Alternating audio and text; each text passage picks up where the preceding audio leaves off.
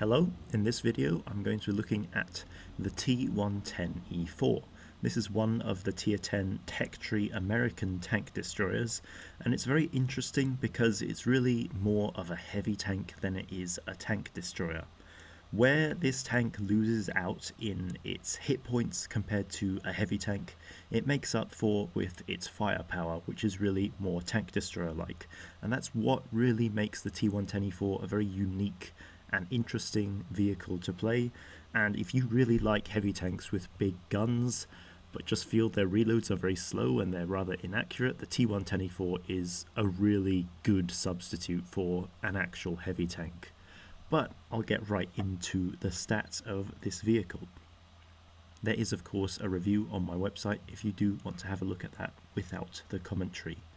So here we can see the T110E4's armor against 257mm of AP, and you can see that it is very strong even though it does have some weak points. The lower plate of course is quite weak, and there's a very, well, it's much smaller than it used to be, but there's a notable cupola on the top of the tank. Other than this though, there aren't really any weak points. You can see there's a narrow bar above the gun, but most of the time enemies aren't going to be hitting that. The turret front is very strong, the upper plate is very strong, and there's this troll sort of middle bar which is also very strong, which helps protect a bit more of the lower plate. So you can see the tank is turned to the side a bit in this right image. You don't really want to be angling in this tank just because, like other American Tier 10 heavy tanks, this has very weak side armor. It is, I believe, only 44mm on the side, which means it is very easy to overmatch, and even if enemies can't overmatch it, they can very easily just try and go through the tracks and it will penetrate. So don't try to angle in this tank. Show the front of the armor. You might want to wiggle a bit, but don't angle completely like in this image. That's just to show sort of the difference in the armor when you do turn the hull. But here, switching to premium ammo, you can see the armor is still very solid. The upper plate and that mid bar haven't changed still. The turret front is still very strong, and even though you can penetrate right next to the gun mantlet, it is such a small area that in most of the situations you have in battle, enemies aren't going to be able to reliably hit that. And remember, this tank is using improved assembly. This armor can get even better if you use enhanced armor, which I do recommend if you do want to bounce some more shots. You can see the cupola doesn't get any better, of course, with switching to premium ammo, but the front of it is, I believe, spaced armor, which means that you will be able to block HESH shots, which is quite useful, especially as you would take a lot of damage on that cupola if that wasn't the case. And here you can see the side armor showing its weakness. Because heat doesn't ricochet at the 70-degree angle, it means that it is very easily able to go through the side of a T110E4 even at a very sharp angle like it is shown here. So again, you don't want to be angling the tank. And here very quickly I'll show it on Blitz kit so you can sort of see the actual thicknesses. The turret front is at its weakest around 320mm, and that is right next to the gun mantlet. If you do use enhanced armor, you can see how hard it becomes to penetrate the front of the T110E4. You can't actually do it very easily. That becomes 336 now, and the true weakest points are just so small you're hardly ever going to hit them.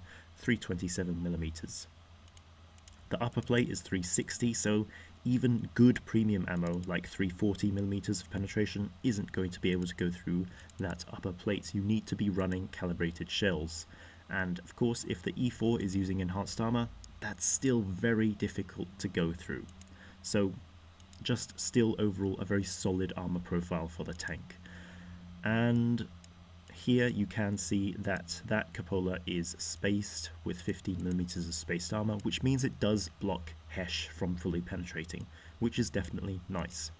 And finally, one tiny weak point you do have to be wary of is this area right above the gun mantlet.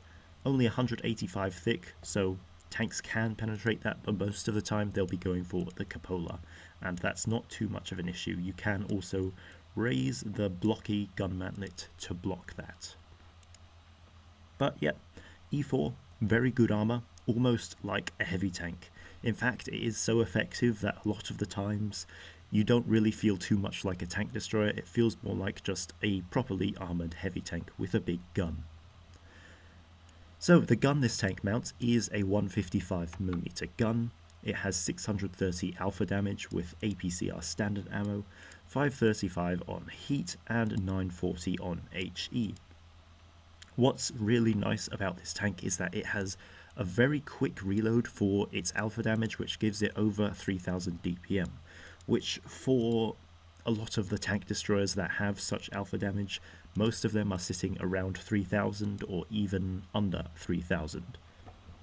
So this one having over 3100 is actually quite nice, and especially when you consider this plays more like a heavy tank, it is very easily able to out-reload other heavy tanks which have high alpha. Penetration, 275 on APCR is decent, but it's not great. Just because this is APCR and it's not AP, it does mean the normalization is worse. Heat is 365, that is very nice. For a tank destroyer, it's nothing too special, but it is still very good penetration, and especially compared to heavy tanks where generally the highest possible is 340. So great penetration levels, and HE is the best regular HE shell in the game at 95mm thick. 95mm penetration, which is the highest for any non-HEP or HESH shell. Aim time, 3.9 or 4.2 seconds. It is slow for a tank destroyer, but again, this plays more like a heavy tank, so it's not actually all that terrible. Base aim time is 2.5, which is actually pretty decent for having 630 alpha. Most heavy tank guns that have 630 or thereabouts alpha damage have worse aim time. Of course, this is a tank destroyer, not a heavy tank, but you get what I mean. It plays like a heavy tank. Dispersion, 0.353. Again, compared to heavy tanks, it's decent. Compared to tank destroyers, it is quite bad. Gun handling, 0.2, 0.2, 0.16. That is just average. It's nothing special, but it's not terrible. Again, this is comparing to both tank destroyers and heavy tanks. 6 degrees of gun depression does make this a bit awkward. You can't use it in gun depression positions or really on a ridgeline, but that doesn't matter all that much because the tank is still fairly compact and it doesn't have a massive size profile. And a really underrated aspect for, well, a lot of tank destroyers is the gun arc. This tank has a half traversing turret, which I'll show on Blitz kit here. It means with 45 degrees to either side, you can turn it halfway to the left, like so, and halfway to the right, like so, which does mean you can set up your shots very nicely on enemies coming round corners or just generally in battle. The fact that you have a turret makes it so easy to get damage out compared to other tank destroyers, just because you can set up shots, you can have your tank moving in a different direction than where you are aiming. It is a very underrated aspect for a lot of tank destroyers. But overall, this is a great gun. It has great DPM, it has great alpha damage, its penetration is great compared to heavy tanks, and it is still decent and good compared to tank destroyers. Its accuracy, aim time and dispersion aren't all that special, but this tank doesn't feel too derpy or inaccurate, so overall it is still a great gun for a tank destroyer and a heavy tank. It has its ups and downs in either area, and of course the fact it has a turret isn't to be forgotten. And finally, mobility. This tank has 37 kilometers top speed, which is quite nice considering its armor is also very good. 10 kilometers in reverse is not nice, it's actually very poor, and it does mean that if you make a mistake and extend too far or play too aggressively, you will absolutely be punished. And remember, you can't angle this tank, you can't turn it to the side to reverse and really bounce shots off its side armor. It has to be facing front, and that means that if you do have to reverse, A lot of the time it means you'll be taking big damage just because you're trying to get into cover, you're very slow, and you might have to turn your hull. Next, traverse speed, 34 degrees. That's pretty decent, especially compared to heavy tanks. And don't forget, this has a turret which helps it even more. 29.7 on medium, which is still good for a heavy tank level. One thing to be mentioned is the turret traverse speed of this tank is quite slow. Let me just check very quickly. It is 16.8 degrees, which is one of the slowest turning turrets in tier 10. However, with this decent hull traverse, it really isn't too much of a problem. The tank's acceleration rate is very good, 16.6, having 1058 horsepower for a very hefty 64-ton weight, and this is reduced down to 11.5 horsepower per ton on medium terrain and on hard terrain and 10 on medium, because this tank has very poor terrain resistances. 1.4 on hard, 1.6 on medium. It does mean that your acceleration rate and your your acceleration rate isn't as good as it looks on the stats in game. However, in terms of its actual mobility performance, it's not as bad as 10 horsepower per ton. This is just because the fact that this tank does have a very strong engine. It has 16.6 horsepower per ton, and despite the terrain resistances dragging it down, it doesn't feel quite as slow as a tank which has 10 horsepower per ton base. For example, like the Mouse, that only has 10 horsepower per ton, but the E4 definitely feels much faster just because its raw engine power is higher. But yeah, those are its stats. Let's talk about its consumables and provisions very quickly. So what I run for consumables are adrenaline, of course, because this tank has nice DPM, and because there aren't really better options to run on this tank. Of course, multi-purpose restoration pack, just for general tank maintenance, and then a repair kit because, of course, you don't want to be tracked out in the open with your horrible side armor, your horrible reverse speed, and you do play a bit like a heavy tank. Next, provisions. Definitely use a case of cola, just because it helps everything on this tank so much, especially the DPM, aim time, and gun handling.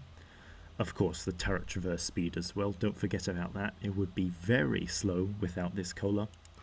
Next, enhanced sandbag armor, just because this is free HP. You barely lose anything on this tank by using sandbag armor. Very small amount of crew mastery instead of that just isn't worth it. Protective kit, not so much when you can use consumables. This extra HP really takes this tank up to being more like a heavy tank. If you stack it with improved assembly, it goes up to 2200, and the lowest hit point heavy tanks have 2300, so you're almost there. And next, improved fuel, again improving this tank's mobility, and especially that turret's turn rate with adding 1.5 degrees per second, which is very useful.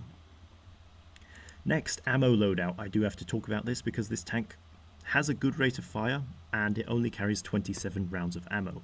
I use 8 HE just because the HE on this tank is very usable. Remember, you have a turret, it's easy to set up shots. You can get behind enemies, you can use that HE.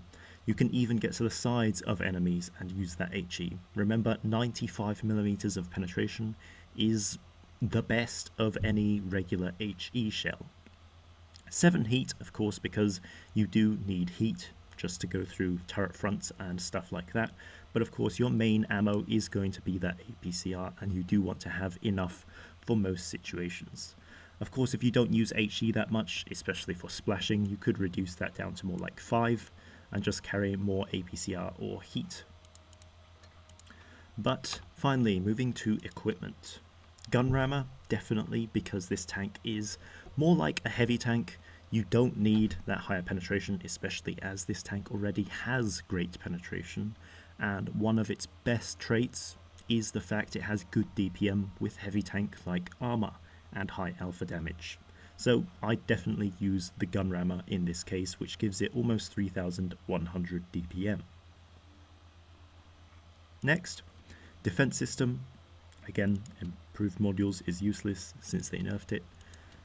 Improved optics or camouflage net, either could work. This is a tank destroyer, so it does actually have pretty decent camo rating and it gains more from the camo net.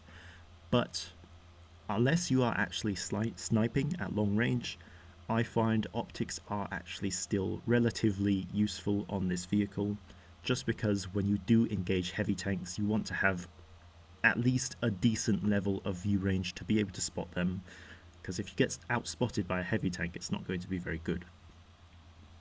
In the other case though, if you did use camo net, it would make you more sneaky and harder to be spotted by mediums, lights, and of course heavy tanks. So really this one, you can weigh up the choice and decide whether you want to have the view range for playing on the front lines, or have the camo rating for being a little bit more sneaky when you reposition or do have to snipe.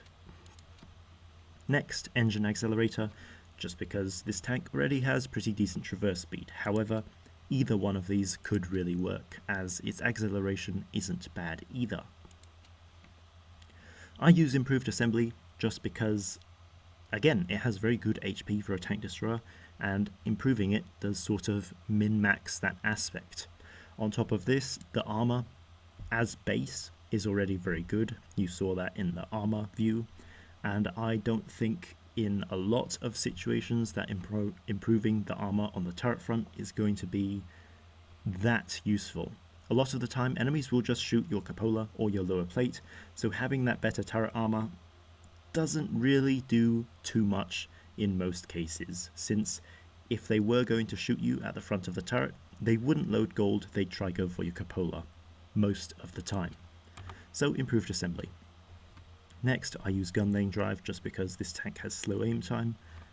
It doesn't have the best shell velocity, but again, playing as a heavy tank, you don't really need the best shell velocity, so the better aim time is very useful. Vertical stabilizer or refined gun, either can work. Again, this is personal preference. Do you want better accuracy, or do you want to have slightly better handling and effective aim time? And then toolbox and consumable delivery system. So I do have 3 battles in the T110E4, which I will show here. The first one is going to be on Canyon, and it will showcase sort of how this tank plays well as a support to its heavy tank allies, which is what you need to do in this tank. It's sort of almost a heavy tank, however it's not quite. It does still lack hit points compared to other tanks. For example, look at the hit points of that Destiny. He's a tier 9 heavy tank and he has the same HP as me. So while this tank destroyer's hit points are still very good, they are still lacking compared to proper heavy tanks. So here I could take a shot on the Kranvang. Really, I wouldn't have lost anything by trying to take that snapshot, but I didn't, so oh well. But yeah, essentially how you need to play this tank is as a support to your proper heavy tanks. Of course, in a game where there aren't any actual tier 10 heavy tanks on my team and there's only 2 tier 9s, I do have to be maybe a bit more of a proper heavy tank in this battle, taking some hits as well for my allies, just because the enemies do have 2 proper tier 10 heavies and we don't. But there you can see a nice use of this tank's great 365 heat on the VK90's turret side. And here this Object 777 is going to make a big mistake, driving out in front of 2 big alpha guns and then 1 FV405. He does not last very long at all. So now I'm going to push up and support this Kampfpanzer against this VK as he is isolated. I do switch to HE here, but the VK does turn his hull, meaning I probably could have used heat to go through anyway. But doesn't matter all that much because I reload fairly fast and this VK will be taking another hit soon. And a max roll on heat will finish him off. So you can see here sort of I did push the front line with my heavy tanks, trying to really progress the flank as the enemies did have 2 proper tier 10 heavies and we didn't. But you can see really where this tank is good. It's got great alpha damage, it's got a good reload. I didn't struggle at all to be dealing damage to those heavy tanks, and then against this 183, very easily able to put in 2 shots just before he reloads, and I do get very lucky that he bounces off me with his AP. And here again, you'll see the good reload time of this tank does allow me to put a shot into the Hori, but he turns and I bounce off his gun mantlet, so unfortunate. But now you'll see, pushing forward, as I do have the hit points now to be able to really tank a shot from this Jagdpanzer, which is exactly what happens. But again, with this tank having great HP, not a problem at all to be tanking that shot at the end of the battle, and I can help out my heavy tanks, which at this point I believe the Kampfpanzer is on a 1-shot. So the game did crash right there, but oh well. But yeah, that game does show very well how this tank really has a sort of symbiotic relationship with heavy tanks on its team.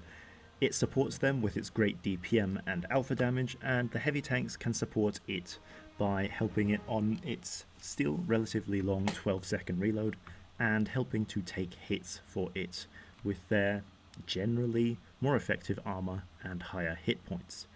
But 3,800 damage with 1,500 assistance, getting a 2nd class, and because this is a tech tree tank, it does not earn that great of credits.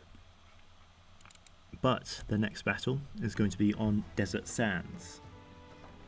And a similarity between this battle and the previous one is that it has a fair few heavy tanks on each team, and that is really what the T110E4 really works well with.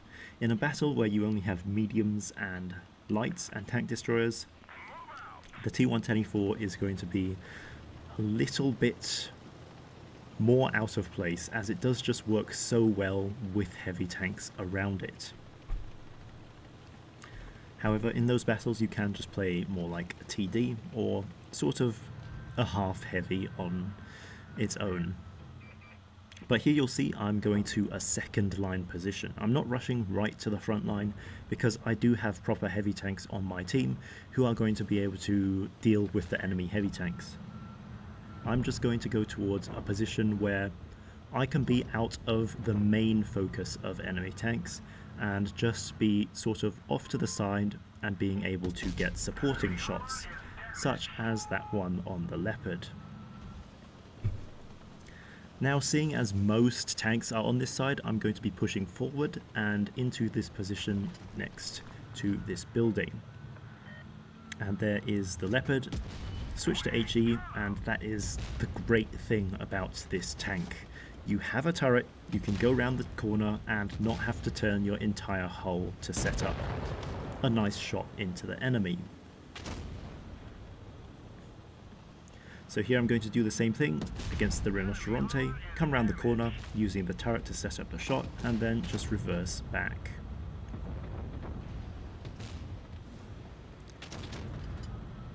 So here I do make a bit of a misplay. I do have a nice shot on the Minotauro, but all of my HP is now used up. I cannot risk taking a shot, as I did just take a massive roll from that 183. But seeing him reverse, I am going to try and take a shot on this Minotauro. And again, the nice thing about having a turret, I could go around the corner with my turret pointing at the Minotauro and be easily able to reverse back around the corner just because I have that turret to set up the shot. It probably did save me there from taking another hit from the Minotauro and potentially dying. But here with the 183 I'm going to switch to HE and get another nice 950 damage. But a very short replay in that one, and you can see sort of how quickly this tank is able to rack up the damage just because it's perfect for setting up shots, for dealing damage. It's got the DPM, it's got the alpha damage, it's got the nice selection of ammo, and really the perfect platform to be doing it. So 4,500 damage, 850 blocked. and getting 64,000 credits. Again, it's a tech tree tank, and I do have both premium account and a booster on. So the last battle is on Himmelsdorf. This time I am in a platoon with a clan member.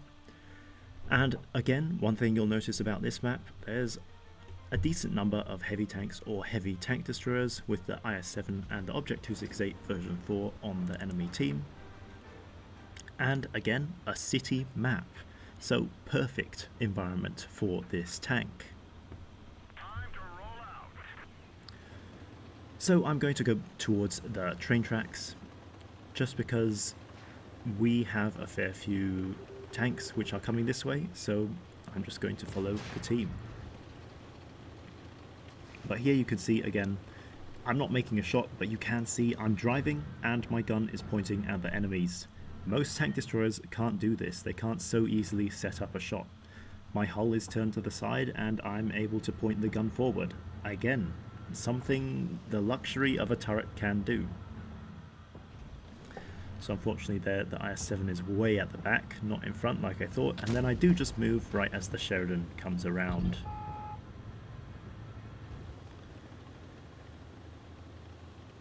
But now I'm going to push forward again because I've got the armor, I do have a good number of hit points, and I've got the turret to be able to set up some shots, and that's exactly what I can do on that IS-7.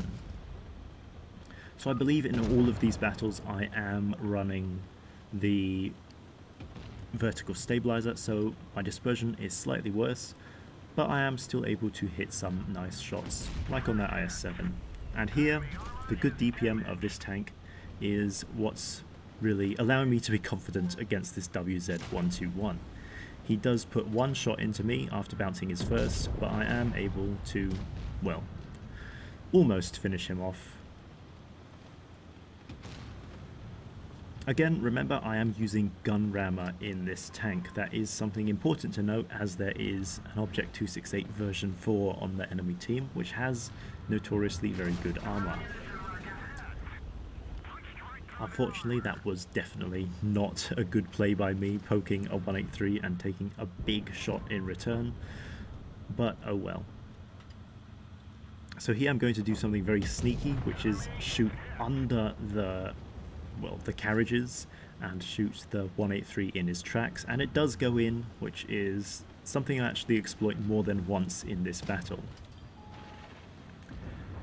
So luckily the 268 version 4 doesn't shoot me, and my heat is able to go through his lower plate very easily. I see the 183 shoot, so I do decide to push forward a bit and try get some more shots into either the version 4 or the 183.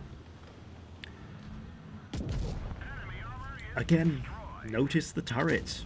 No other tank destroyer which didn't have a turret could have done that. I just very quickly turned and snapped a shot into that 183. Here, same thing. The turret enables me to go around the corner, shoot the IS-7 with a fairly accurate shot, and then just be able to pull back. Now here, I do take a shot from the version 4, meaning I now no longer cannot take any hits.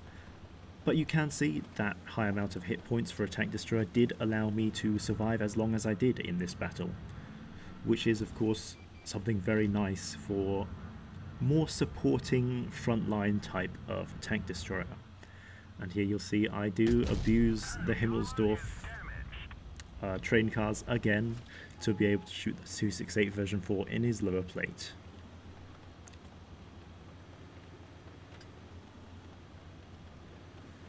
So now the IS-7 has finally pushed forward, and unfortunately it does mean our Rinoceronte is going to go down very shortly. But I do try to get another shot into the IS-7. Unfortunately it does not go in though. Now I'm in a bit of an awkward situation with two tanks pushing me. I'm hoping my platoon mate can shut one of them down, but hearing him shoot and miss does mean I'm kind of on my own. Luckily, IS-7 pushes round and lets me just shoot him in the side.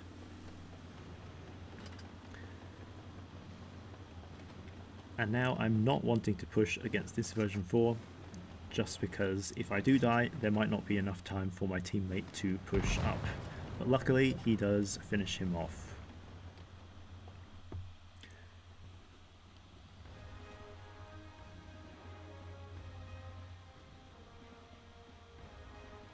So in that game I did 5,900 damage, only blocked one shot, but most of it was played on the front lines, really hiding in cover.